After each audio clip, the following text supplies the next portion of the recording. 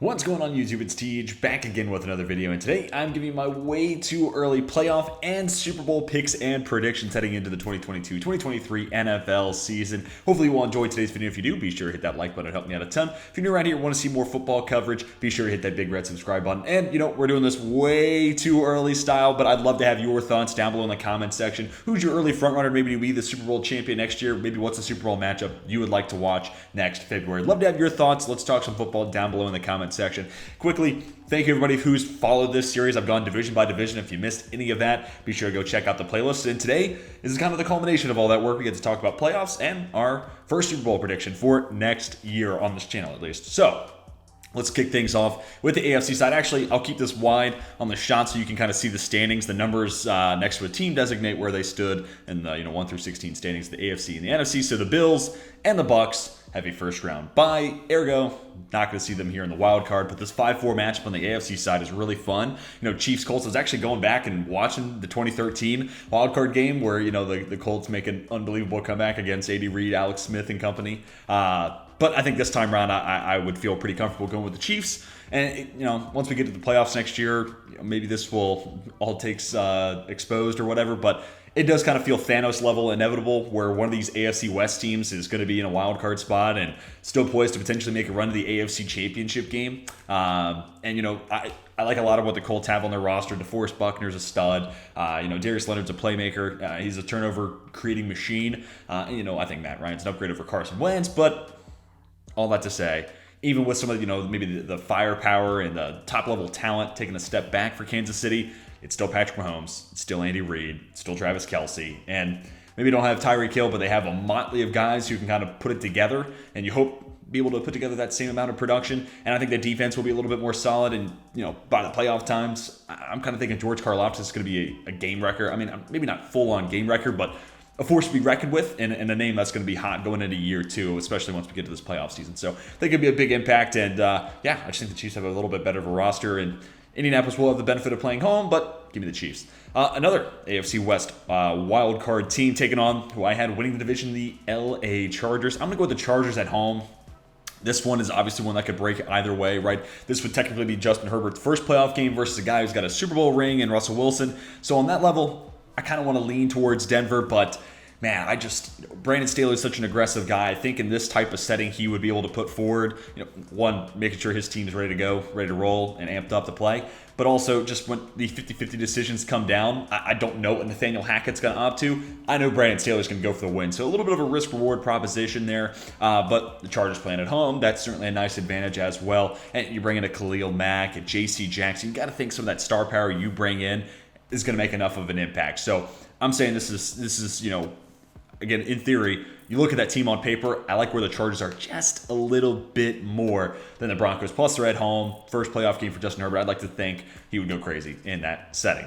Then we get Bengals and Ravens. Man, this game, that's some must-see wild card weekend football right there. So, man, this will really come down, of course. I'm assuming all these teams are healthy, where I'm just taking them based off the healthy depth charts at this point. But man, this would be such a fun game to watch, and especially the battle, Marlon Humphrey against Ja'Marr Chase. Like, that's a must-see TV. Actually, before Marlon Humphrey got hurt, Ja'Marr Chase kind of had his way against the Ravens secondary, and specific Marlon Humphrey. So this is a true 50-50 game. Coin toss. Baltimore at home, that's tough to bet against. I'm going to go with the Bengals getting it done on the road. There's not much more than a gut feeling to say that, but we've just seen that passing component of the offense falter once you get in the playoffs for the Ravens. And if that happens again, going toe-to-toe against Burrow, Higgins, Chase, Tyler Boyd, so on and so forth, there's just not enough room for error there in my eyes, where I like a lot of what the Ravens are going to do on offense, and just historically what it's looked like with Lamar Jackson under center, especially since he's been the full-time starter after his rookie year. But man, I just think there's a little bit more certainty maybe. I know what that offense is going to bring to the table for the Bengals, so I'm betting on the devil I do know rather than the one I don't know. But this could certainly break the other way. If the Ravens offense is rolling and, Rashad Bateman's getting open, the running game's, tearing apart the middle of the field, then I feel pretty confident about the Ravens winning at home. So it really come down to if that passing attack shows up or not. But since I don't know that for certain, I'm going to go with the team I do know will bring that passing attack in a big way to that game with the Bengals. So a couple of road teams winning in my AFC wildcard predictions. Then we get to the NFC side. Rams 49ers, and obviously a rematch of the NFC Championship game last year. And I'm going to have the 49ers picking up an upset here. These two teams are obviously very close to one another. 5-4 seed here. Game played in LA. That will certainly help. It's just so tough to go back-to-back, right? And I can see this being, the realistic follow-up to winning a Super Bowl. You lose in the first round the next year. We've seen that, sung plenty of times. But plus, the 49ers and that ability to run the football. Now, I do know the Rams have Bobby Wagner, stepping into that middle linebacker spot by far and away the best inside linebacker that Sean McVay's had during his tenure. But that being said, that rushing attack for San Francisco can create so many problems. And then building off of that, outside of Jalen Ramsey, I think that secondary is it has some potential to be picked apart. And, we'll see what Trey Lance develops into, but I think there could be an opportunity playing off that run game, some big plays, getting over the top and getting behind that secondary in LA, and enough big plays to kind of put Matt Stafford in a hole and force him to be a gunslinger and a gambler. And if you come up with, maybe one Jaquiski Tart type of interception and that type of play being made, it could certainly flip the script here. And it almost did last year. If that type of situation comes to rise again and San Francisco can come through in that moment, I feel pretty good about the 49ers getting the win on the road. Saints and Eagles. Wow. These are two teams that I'm relatively high on, at least compared to where most people see them. And I think the Saints, 6 seed, 7 seed is probably about right for most people's predictions. So maybe I'm not too high on that. But the Eagles is a 3 seed. That's something. And not necessarily something I had necessarily planned on having happen when I was doing my way too early NFC East predictions. But second easiest schedule in the NFL, an awesome roster. Jalen Hurts has slowly but surely taken small steps forward. And if he takes another small step, with the improvement of that roster, year 2 of Nick Sirianni as well, I don't think you can underrate that enough. I think this team could put together and have a double-digit win type of season and win the NFC East and maybe put themselves in this 3 seed spot. Man, I kind of wish that the Rams and the Eagles were flipped in this, because then it'd make this all a lot easier for me. Saints and Eagles, man, because if the Saints can stay healthy, that roster is as good as it gets. I'll go with the Eagles at home. Every year we get some of these teams where their regular season's so good, maybe more wins in the regular season than you had anticipated. But then once you get into big boy football and the playoffs, they kind of step back. They take that, they regress back to the mean. And I could see Philadelphia certainly being that team, maybe wins 12, 13 games in the regular season and then loses in the first round. But here, in this situation, I kind of like what the Eagles will be able to do. And again, it is a thin Saints, roster.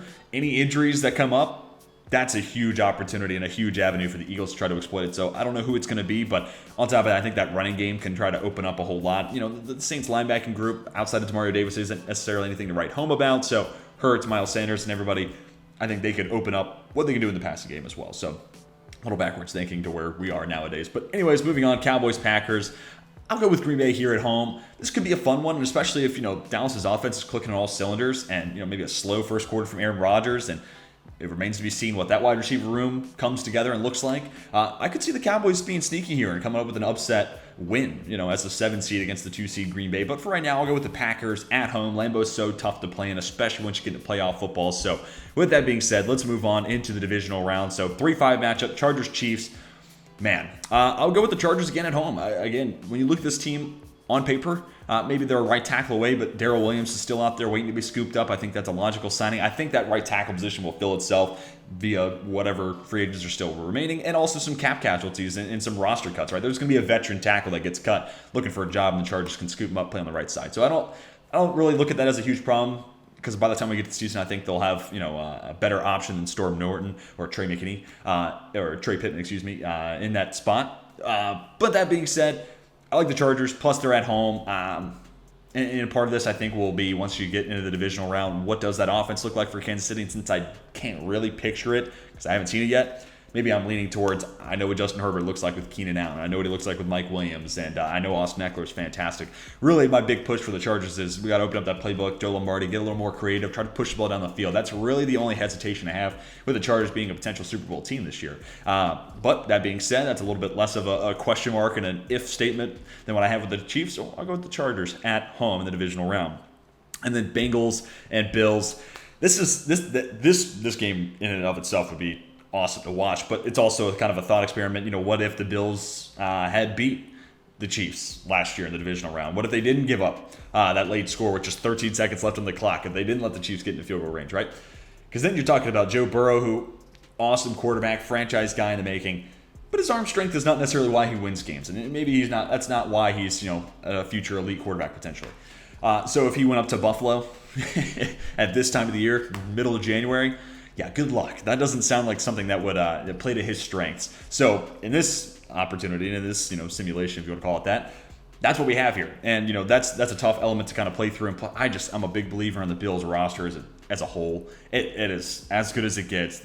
Holes are few and far between. Really, if they can solidify that cornerback position, I think this team's golden. Plus, Sean McDermott's an awesome defensive coach. He'll find a way to either hide that position or coach them up. So, big Bills supporter. And actually, when I did this video a year ago, I had the Bills winning the Super Bowl. So, my history repeating itself. Then we get Packers and Eagles.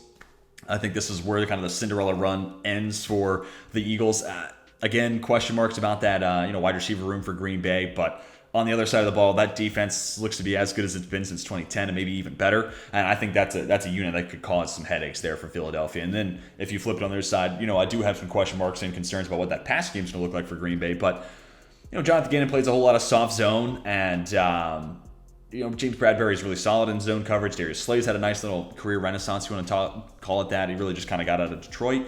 But that being said, those guys in that system may not be the most, unbelievable offensive stalwarts type of secondary in a defense in and of itself. So I could see Rodgers being comfortable playing underneath, checking it down. Aaron Jones specific, he could be a guy who really utilizes his strength in the passing game and has a big impact in this one. So I'll go with Green Bay, and again, plus at home. This is just Lambeau's such a tough place to play. Now, that being said, they've had their struggles, especially in the divisional round, playing at home. So anything's possible there. And then we get the Bucs 49ers. I'm very chalky here. I got all the teams.